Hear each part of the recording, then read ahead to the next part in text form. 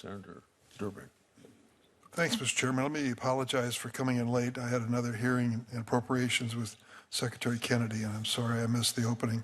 Special thanks to Ms. Daskell and Professor Donahue, our witnesses that I was not here to introduce. Thanks, Senator Grassley, for doing that. So I'm sure most of us were watching the Cubs-Sox series in Wrigley Field this weekend, and I was struck by the fact that they were doting on the capacity they had with a drone to show images of Wrigley Field from angles and perspectives never known before. It was beautiful, and the Cubs won, so it was a good day all around.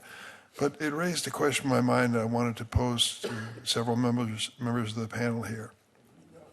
If I were sitting in Wrigley Field with a friend or son or granddaughter, and I saw a drone overhead, I would want to be sure that it was a safe and friendly drone. I don't know that when I'm sitting there. Somebody has to find out, or at least ask the question. With over 1 million drones in our country today, and drones possibly hovering over fields of sports and other things, it raises the question of who's going to monitor that activity to make sure these are safe vehicles, air vehicles, that don't endanger anyone. At the same time, those drones could be gathering information. Not so much at a ball field, but maybe even a wedding or someone's home. There's a privacy angle there too. Who's protecting the privacy of the people that they are broadcasting or gathering information on? So I'd like to ask Professor Donahue, how do you balance this? The drones over Wrigley Field, are they friendly or not?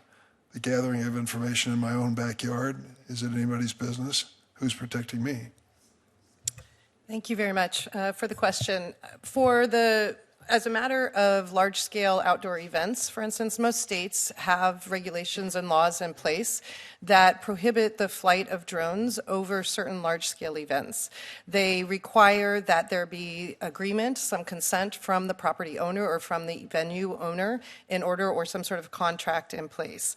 In terms of how to balance those rights and the privacy, most states, they actually have carve-outs saying that others cannot fly drones over private property without the consent of the property owner themselves, because owing to this ancient doctrine of ad caelum, property owners own the adjacent airspace over their land, and so they have the right to exclude drones. But let's talk about the practical world. Sure. You've got air traffic controllers monitoring commercial aircraft, other aircraft, but in terms of monitoring actual drone activity to the point of knowing whether it's complying with the state law, and if it's not, what to do about it, what's the answer there?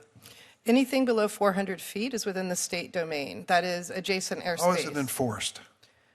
Through state monitoring of this. There are agreements with the FAA, for instance, if you need to have a temporary flight restriction over particular areas, as during, for instance, the Super Bowl. In those cases, the way to balance the civil liberties concerns is to make sure that there are restrictions. For instance, you don't extend the Super Bowl coverage for a month, and you don't extend it over any land or any drone anywhere in the country, but it has to be a drone that's actually adjacent to that particular site.